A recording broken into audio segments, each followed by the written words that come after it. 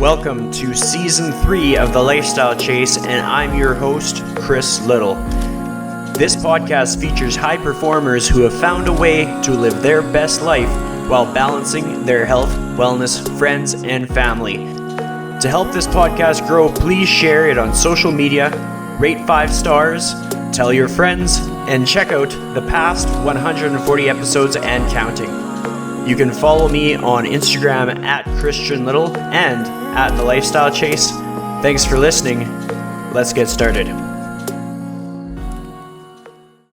So, welcome to The Lifestyle Chase. This is episode 151, and I am joined by the one and only George Pagan III.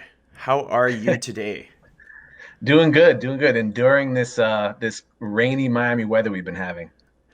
Well, what is it? What is a typical day in Miami like for you? Because I'm up here in Canada. There's snow on the ground, totally different atmosphere. Take me through a day in your life. Well, since it's November now, it's usually a little bit more bearable in the morning than typically throughout the rest of the year. Usually it starts out like really humid right when you wake up, and kind of stays like that as the temperature gets a little hotter. But right now it's usually nice, a nice little breeze because the hurricane season is just about done. So it usually kind of cools down in the mornings, which is great because I have my first client that I train is 6 a.m. outside and next to the water.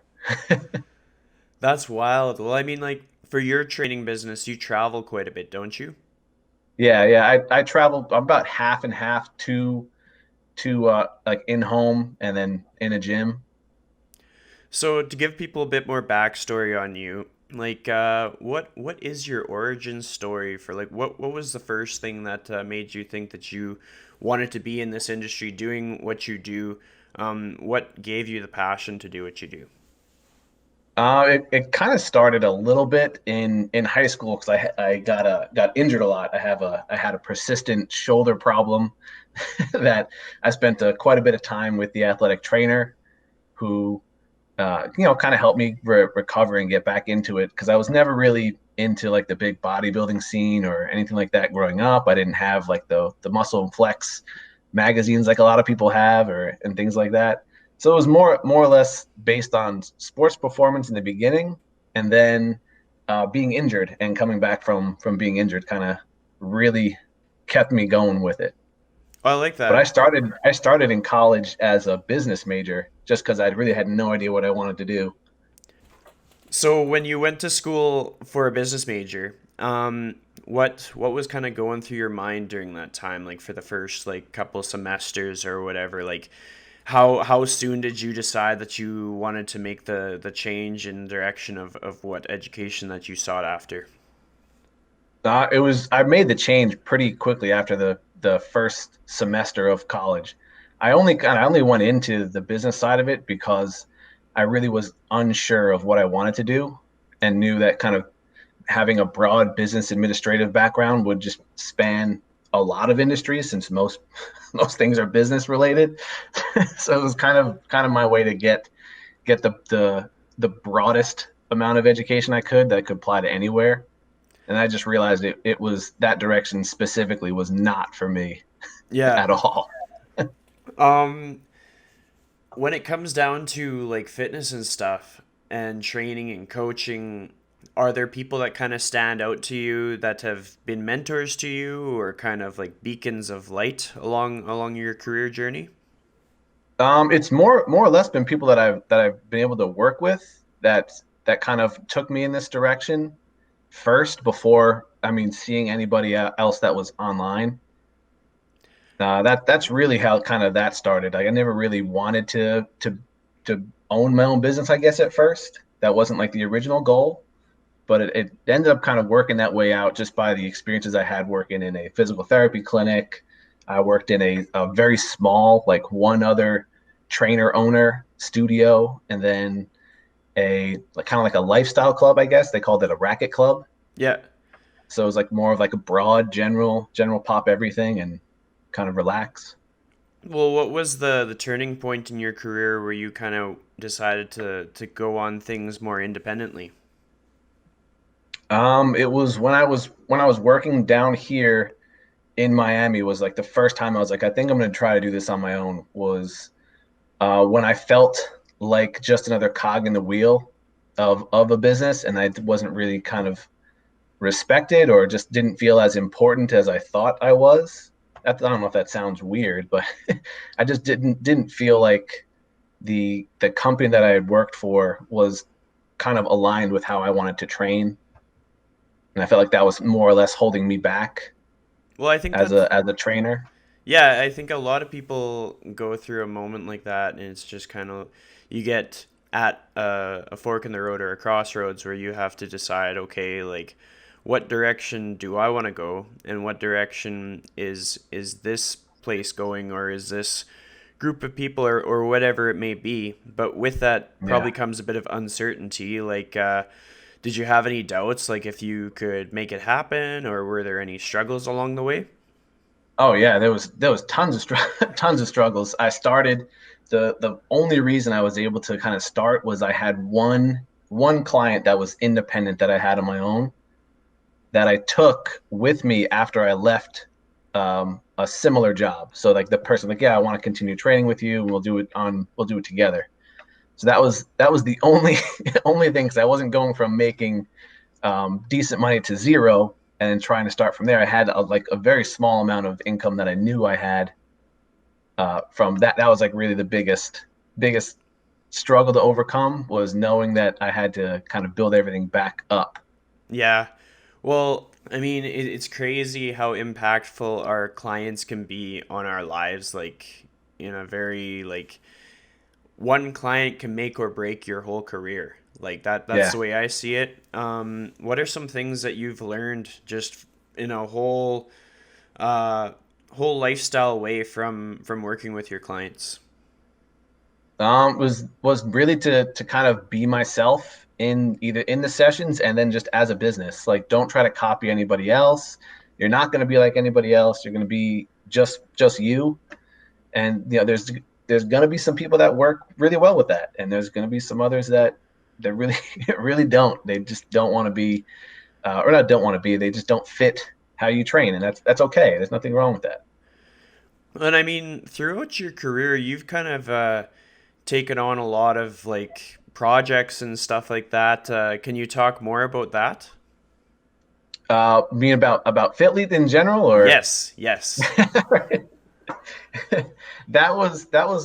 that's definitely the product of some of the frustrations I had owning my own business in the personal training industry itself.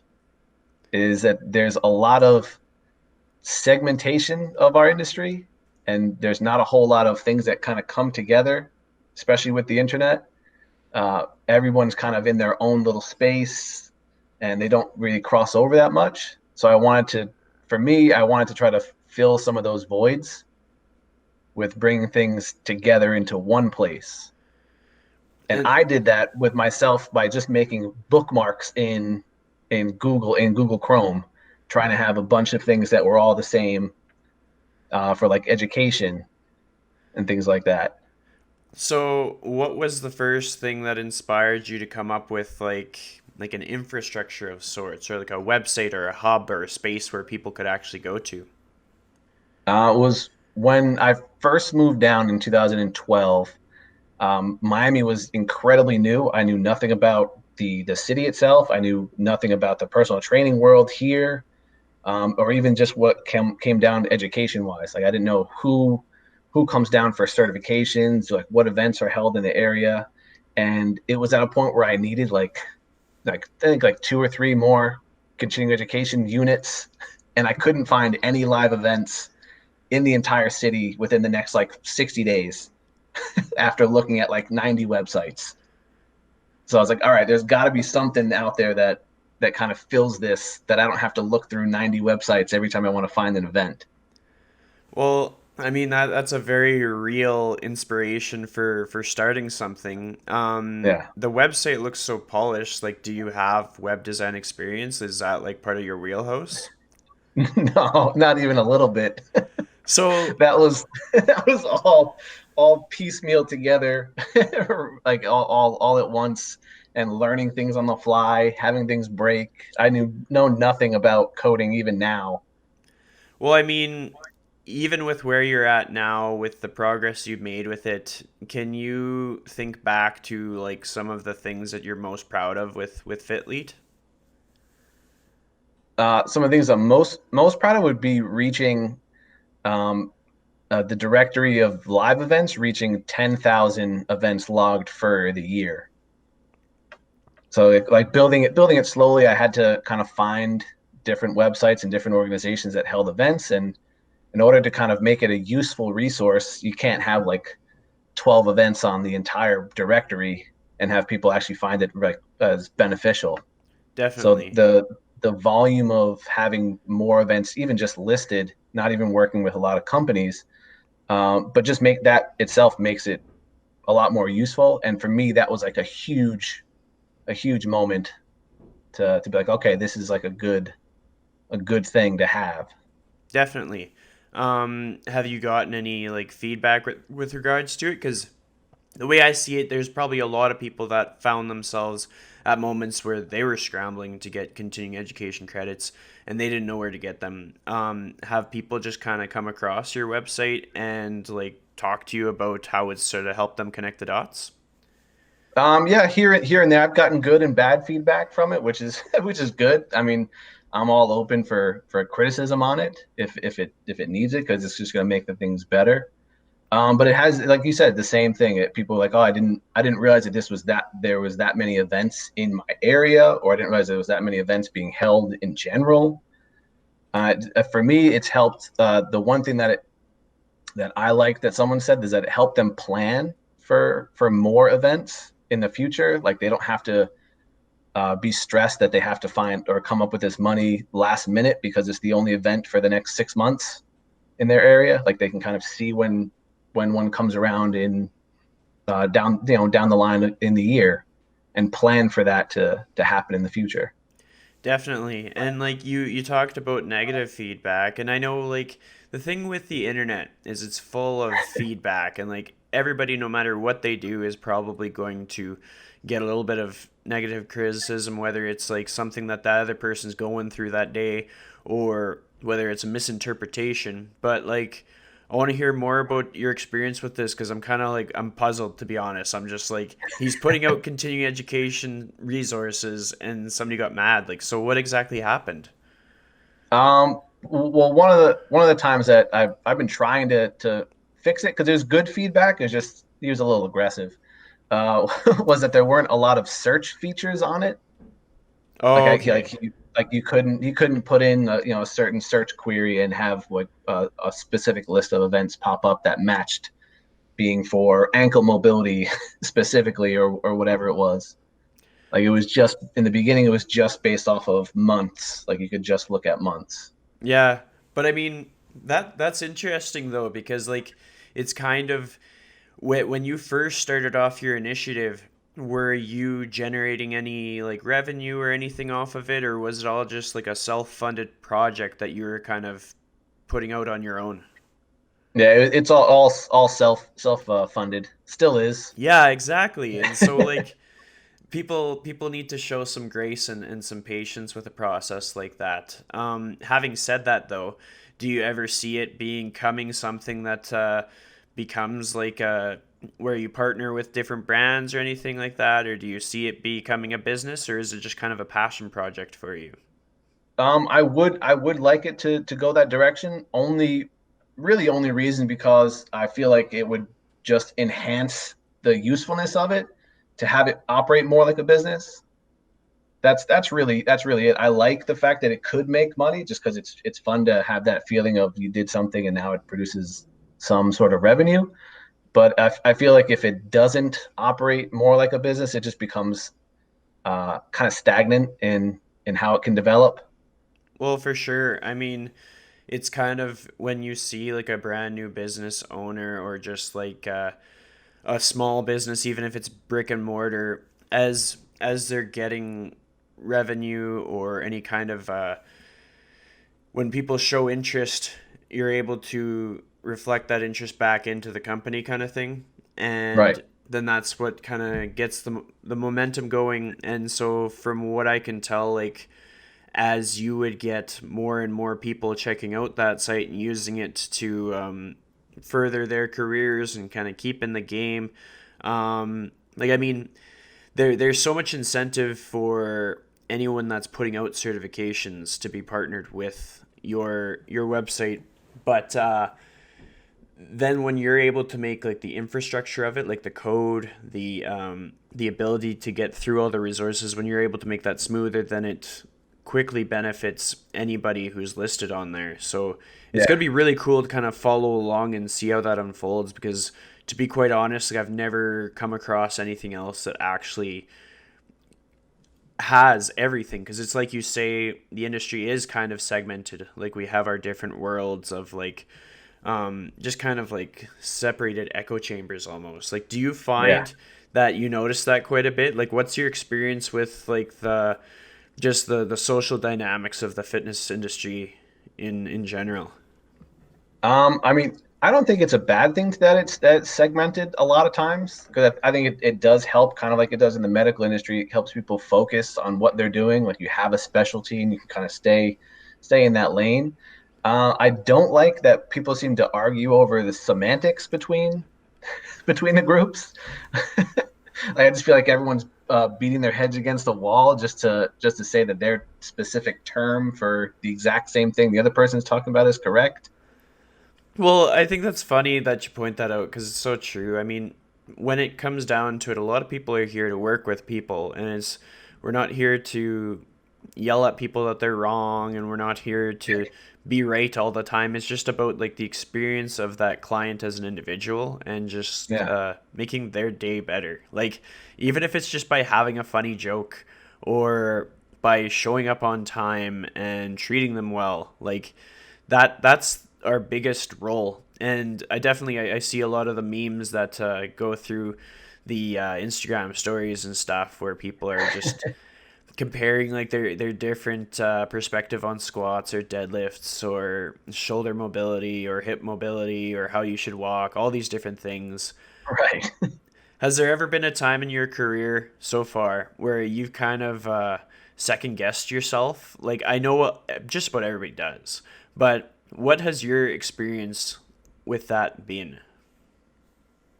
I definitely would say, especially in the very beginning of when I started training, uh, was I didn't have the greatest experience with building sales. So just the fact that being of like an independent trainer in general is such a focus on closing a client to get them, just because you want to help them, like you still have to sell them through some sort of process. And I wasn't really strong with that, especially in the beginning. Um, but that was hard to get over, because I didn't want to feel like most people say, like a used car salesman trying to sell somebody something with gimmicky things. I was doing it for reasons where I thought I was helping people. Yeah. And sometimes that's hard to get past, that you do need to kind of close the sale to generate the money to help them.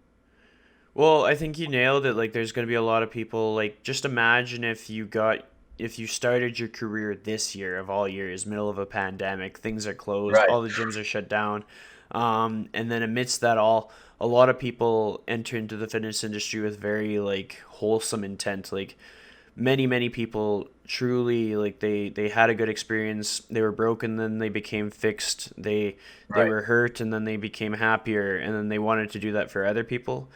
And yeah, a lot of people kind of stray away from the sales side of things, but when it all comes down to it, we need to remember, like I mean, if we need to put ourselves first to the extent that we still got to eat. Like we got to eat, we got to put a roof over our head, and Right. our clients want to support that. They want to see us do well. It's crazy how much how big of a fan a client is to their trainer or coach. Like I think sometimes we forget like how much they're loyal to us, and they really Yeah. appreciate what we do.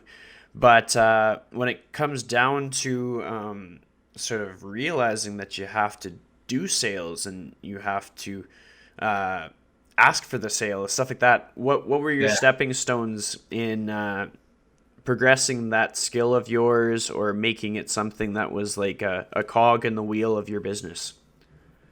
And initially, I think the very first time I had to do something to do with sales was in it was actually like a second or third interview that I had with this larger training company in New York where I used to live, and their approach was the approach that I was trying to stay far away from. Like they were all based on a lot of gimmicky sales tactics and all those types of things. So I knew what I didn't want, which I think was both good and bad. But then working with the small studio that I was at for about a year and a half really kind of helped me because he was the owner of that business was there all the time, and he had a lot of experience to help me one on one once the clients had left. Like he was able to give me feedback right away, and that really helped because I didn't know what I was doing. It was my first time, so just getting the feedback right away was a big stepping stone for me because I knew what to correct for the next time or what to work on. And that really kind of set me off down the road as I worked through different training experiences. Well, and I like how you talk about feedback, because being open to feedback is a game changer in this industry. Like when we're able to just like kind of sit in, like, step away from our ego and just sit in the existence of the fact that we might not be right all the time. Like we probably have some areas for improvement. What was the feedback that you received that kind of stuck with you the most? Was not to be timid, like just like go into it. It's just like you said, normal conversation. It's just you're talking with somebody. They're there for the reason that they want to be helped, at least in some part. So you're not. There's no reason to kind of be really timid with it. Is I think is a good word, but it's no reason to kind of doubt yourself in terms of your abilities to at least help them as a trainer, even though you're not a comfortable salesman at that point. Well, I like that. Even just the use of the word timid, I find that a lot of people in the industry might be able to relate to that, especially anybody that is just figure skating their way right now. Like I think most of us are in some capacity, even like the veterans, unless somebody has been doing online business for like 5 years or something, most people are having to figure out new ways to do things and probably finding themselves in a state where they feel timid. Is there any kind of like wellness routines that you kind of go through to boost your confidence, or to kind of give you that like that just that big energy that you need to kick ass and take names? I before a new client, but before I go into to try to have a consultation with a new client, I'll rehearse my kind of loose script that I have a few times and listen to some music to calm me down. Because usually I go into it kind of like high, not anxious, but like high anxiety, excitement of like this could be something great. Like I can get a new client. I'm excited about this. I like working with new people. But then that kind of gets me too hyped to go. So I kind of have to bring myself back down to reality. So I'm Well, not talking too fast or missing what they're actually saying and paying attention. yeah, I mean, I know exactly what you're saying there. Like sometimes we think so much about the impact on our livelihood that it is to have like a new client or something. And the music too, like I know even just before a typical training session, like I have different songs that I listen to before I'm going to train certain Yeah. clients. Like some clients I need to get like super hyped for, some of them I need to like calm myself down for so I'm not like overwhelming them. And it's just neat how everybody has a different personality. Um, but then when it comes down to like as you get busier and getting work isn't a problem, like how do you balance out your life? Like how do you keep sane and stay away from burning yourself out? For me, I like having a nice tight schedule. That really helps. Any times where I don't, I'm not able to stick to it for reasons that were outside of my control. I just don't tend to enjoy that day as much. It either makes me not necessarily anxious, but just not as at ease as I would be on a normally scheduled day. Like I work with my clients and I schedule out their sessions on a monthly basis. So I know that my schedule is set every single day relatively the same. Yeah.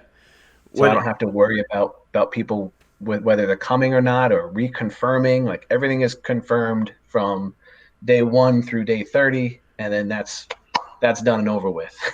Well, I mean, that's a smart approach to take with it. Have you ever had a day when a bunch of your clients had to cancel at the same time? Yeah, that was like a hard to deal with. One, because you're a little excited for the moment. You're like, oh, I got some free time. I don't usually have this free time. Yeah. But then I don't want to be like, I'm wasting this time that was productive working with a client. Like, either just understand that client's needs a little bit better and being, just trying to learn a little bit more. But I just don't want to do nothing because then I feel like the day is wasted. So, how do you navigate that like for yourself? Do you have to kind of show yourself some grace, or do you have like things that you pivot and you start working on to kind of like ease the tension kind of thing? Yeah, I have, like I said, I like this. I like a nice schedule. So I have kind of things scheduled out on what I would do already as like a contingency plan. Well, that's smart. Like what is your contingency plan if you had to kind of describe it to me? Well, I carry my laptop with me through all of my clients, so I'm never without having something that can get work done or having some learning done. Yeah. Where if I have the opportunity that I'm in a place where I can get Wi-Fi, which is usually now, then I'll do some more work on the website or finding some more resources that way. Or if I don't have it, then I'll do some offline reading or things like that. Yeah. Well, I think that's smart. It's clever to like plan to succeed kind of thing. It's kind of like when somebody is looking to make improvements on their nutrition, planning to have the good sources of nutrition in stock in your home is going to help you be a lot more successful than having an empty fridge and an empty cupboard kind of thing. Yeah. Um, are you a person that travels sometimes, or like, is there things? Because like a common question that gets posed upon fitness professionals is, what do you do that is not related to fitness? And I know when people ask me that, I struggle to answer. Because honestly, like fitness kind of absorbs everything about us. It becomes our identity, but at the same time, Mhm. we all need to kind of have like our little things that we do outside of it. What's that for you? I like art. That's awesome. So I've been a hobby artist, I guess, since I was a kid. So I really like sketching. I'm not really comfortable with a paintbrush, so that's a new challenge that I've been trying to get over. But I really like sketching with pencil and some pen, and that really kind of keeps me stimulated, I guess, outside of doing physical activity and physical movements.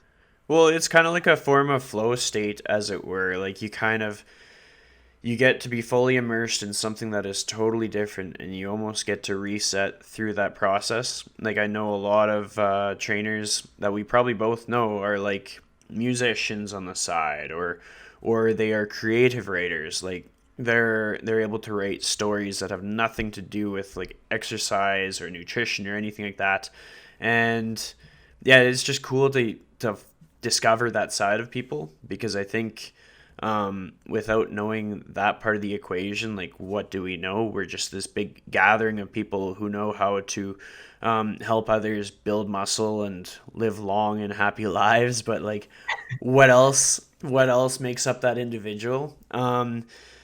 Have you gone on a recent trip for any of your continuing education? Like, do you travel for that kind of stuff, or do you find that you seek that out more locally?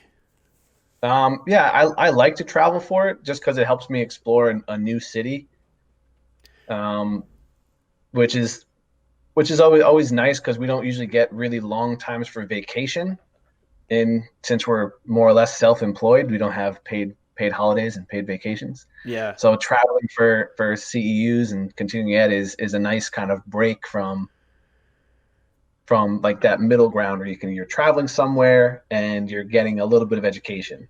Yeah, well, I mean, I got to go to the Kansas City Fitness Summit. I think it was close to 2 years ago now, and it was just it's weird because I tend to be a fairly like I'm introverted for the most part, so I'm fairly Hmm. quiet in big gatherings kind of thing. I'm kind of cautious, want to figure people out, but then once I've made those connections and kind of like put faces to names and stuff, like fitness friendships are solid. Like all Yeah. of a sudden geography doesn't matter anymore because you have all these like core values that are in common and common passion. Like we're the crazy people who are just like head over heels for our career, passionate about Yeah. what we do, and we're willing to put in way more than what we may ever get back out of it. But there's no problems with that for us. We're happy to do that.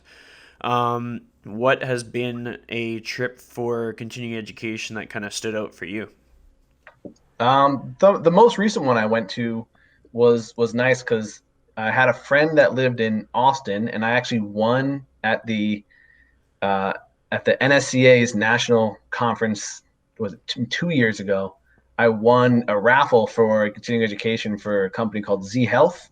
So I Okay. won one of their introductory courses, and that was held in Austin, where my friend lived. Well, that's perfect. I mean, Yeah, you basically kill two birds with one stone. yeah. Um, so speaking to 2020 specifically, because it's been a common topic for just about every one of my guests since like March. What was your first reaction to COVID-19? Like all the gyms in the world basically closed down. Like, what did you do? I kind of held my breath for a little bit, and then I needed to remind myself to breathe because I was like, I don't know. I was like, I don't know what's going on. I don't know how this is going to go. I wouldn't say panicked, but I was just more or less aware that this could be a very significant change to my day to day. And did you find that it changed quite a bit, or were you able to kind of like pivot and kind of keep the ball rolling, keep things positive, and keep some momentum? I was lucky enough to be able to have the in-person clients that I trained at their homes. Some of them still wanted to train, so I was able to keep a little bit of revenue coming through, so I didn't panic too hard. Yeah, yeah, But I kind of used it as a time to relax and try not to stress about it, as I did have some income coming in, and I wasn't going to be on the streets in a day or two just because I missed a payment on rent or anything. yeah. So I was okay, which kind of settled me back down. Definitely. Like I think a lot of people can sort of relate to being all right with maintaining. Like I think we Yeah, all want to we want to do like lifestyle personal best throughout all facets of our life. Like we want to right. have a nice car, we want to have a nice house, or we want a new guitar, or we want this that. Everybody is entitled to have goals that are related to what makes up like their lifestyle and stuff. Um, with that being said, did you find that with just social restrictions and places like restaurants being closed, did you find that your social life or your lifestyle was kind of hindered? Were you struggling at all with mental health and stuff like that? Yeah, I mean, I definitely didn't like the isolation feeling that I had, because typically, even if I'm not training clients back to back, I'm seeing security personnel at buildings that I go to, or at residential complexes that I visit, and I'm speaking with them before I train the clients. Like they all at this point, they all know me by name, so like we're more or less like close acquaintances and friends at that point. So you lose like those little things you don't think about outside of like your normal day. Like that was kind of a surprise. I was like, oh, I missed those like small interactions of catching up with, Dwayne down the street at the who's concierge that I see him every Tuesday and Thursday or whatever. Well, it's amazing that you bring that up because I completely agree. And it's something that I forget about quite often. Like Yeah, when we see people out and about, or we're at a grocery store, or wherever we may be, every little smile, or as I've been saying lately, because we've all got our masks over our face, like every little smize, Like the smiling with our eyes is so impactful. And just saying hi to people and like where possible, opening the door for somebody, like Right. it turns into something big. And just cheering people on even through the internet. Like every so often I'll get a buddy that like personal bests his lift kind of thing. And like I know what it feels to lift heavier than I've ever lifted before. So I can imagine how Yeah. they feel. And you just like send them a little whoop whoop or like any Yeah. kind of an emoji, and you honestly like change their day for better. And we sometimes take that for granted. Um, did you ever get to a point where you like everybody's experience with COVID has been different? I know for myself, because I live by myself and a lot of my clients were in person. I definitely had moments where I was like, holy cow, like what is going on? You almost get lost in this little abyss where you don't know um, how to be more upbeat that day. Like sometimes we don't wake up super motivated. Did you find Right. that having lost out on all of these just small but meaningful one-on-one interactions kind of got to you, or were you able to kind of maintain similar to how you were with your finances? Well, luckily my wife still was able to keep her job, Yeah. and we had talked about some of the planning that we would need to do if things ended up trending in the wrong direction. So it was good to have that, like we were both on the exact same page with how things were going to go. We were both kind of upset at the same level that we couldn't do any travel. Like we usually do one big trip a year for our anniversary. We couldn't do that. So we were both kind of in that same realm. And I think that helped the having someone like that to talk to on a daily basis, that you could be kind of frustrated together Yeah. and still be like, okay. Well, I mean, that's definitely what I found myself doing. I leaned on a lot of trainer friends throughout the industry, and we were frustrated together. But I'm curious, like, how did you and your wife meet? Because it sounds like you make a pretty good team. Like, did you meet at school, or what's the story? Yeah, we met in college. She transferred into the school that I was going to the same semester that I had transferred into the exercise science major, and she transferred from a different school into their exercise science major. So we ended up sharing a couple of classes together and getting paired with some group projects that kind of solidified at least a friendship in the beginning. But then uh, we kind of stayed friends for for a long time. Yeah, When I wanted a little bit more of the friendship, so she kind of friend zoned me a little bit. But it all worked out well. We've been together since 2008, so things are going great. that's really cool. Like, I mean, I think everybody gets friend zoned at some point. How did you break out of the friend zone there? Like, what did you do? I think it was just I think the class projects that we had together kind of helped me a little bit, because it was kind of forced interactions outside of reaching out to her, yeah, out of the blue. Like we kind of had to meet up for things and had to spend time together.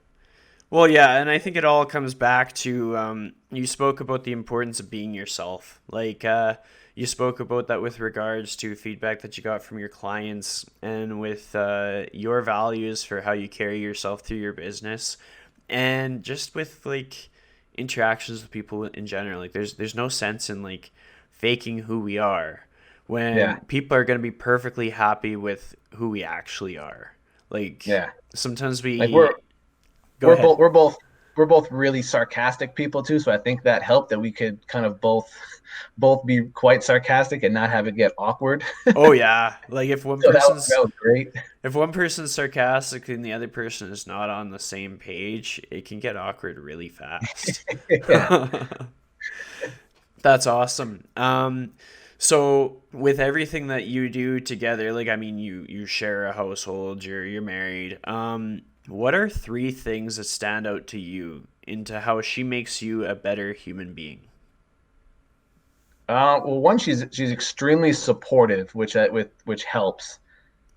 So I don't feel uncomfortable coming to her with either ideas or concerns or problems that I have within the business or as myself as a person. Yeah. So that's like a huge thing to have for me at least. And then we both continually work on better communication because we're both good at it now. We're both better at it than we were, but it was definitely something needed to be a continual learning process as we got further in the relationship. Yeah, for sure. Um, do you have a third thing? Because I think we got two there. Um, I think being happy, being bored together, so you don't need to kind of make things always exciting to Yeah, be happy. It's like if you're happy just sitting on the couch on either ends of the couch from each other and still have awkward glances that result in a smile every now and again, then that's like perfectly great. that's a good way to put it. Like, I mean, it's always a good sign when you surround yourself with people where you can kind of be an autopilot and they can be an autopilot, and that's just fine. Like, where when you were just kind of like doing your thing, that they don't have a problem with the fact that you didn't want to do any more than what you're already doing that day. Um, every single episode for the last, I don't know, like 20, 30 episodes, I've had my guests dig a bit deeper and come up with something that would inspire the audience a little bit more, like something that'll sort of change how they do things into something a little bit more advanced or stepping out of their comfort zone. And so it's essentially just a challenge for the day. But I've ramped up like the intro to it lately because I've been like, okay, I want my guests to think outside of the box, and I want them to pull something from personal experience to really like set the audience apart in a way. Because there's no such thing as too cliche of an answer, but at the Mhm. same time, I believe that every conversation that we have uh, makes us a better person. Like you talked about communication and how you can improve, and I'm a big advocate for like each and every one of us, whether we've got 20 years in our career, 10 years, 5 years, 2 years, 3 years, can always progress in our communication. So after I've gotten that long ramble out of the way, when it comes down to the challenge for the day, what would it be if you were to give a challenge for the day? I would say to look at a lot of the activities that you might be struggling with and realize that you already have the skills you need to complete those tasks, just expressed in other areas of your life. Ooh, that's deep. Um, so then I have a second question for you, and this will be the last one. But this one's another deep thinking question, and you can you can kind of pull from your past experiences, moments that have really taught you. And if you had one piece of advice to give to somebody on how to live their life to the fullest in the most authentic way, what would that piece of advice be? Just try. That's it. Just try as much as you can to to do something. It doesn't matter what it is. It's better than not trying. Well, that's a good piece of advice. Like honestly, there's so many instances where a person, if they just tried, they would be one step further ahead than what they were before, and it's just the fear or the just the second guessing of ourselves. So I agree with you right there. That is solid. With that being said, I'd like to thank you so much for joining me on this episode. It's been so cool to learn more about Fitleet and learn more about you and experience your wisdom. Yeah, thank you for having me. I was extremely excited to be on. I did have to do that whole like music taper myself down before the episode started, so I That was is very happy to be awesome. on.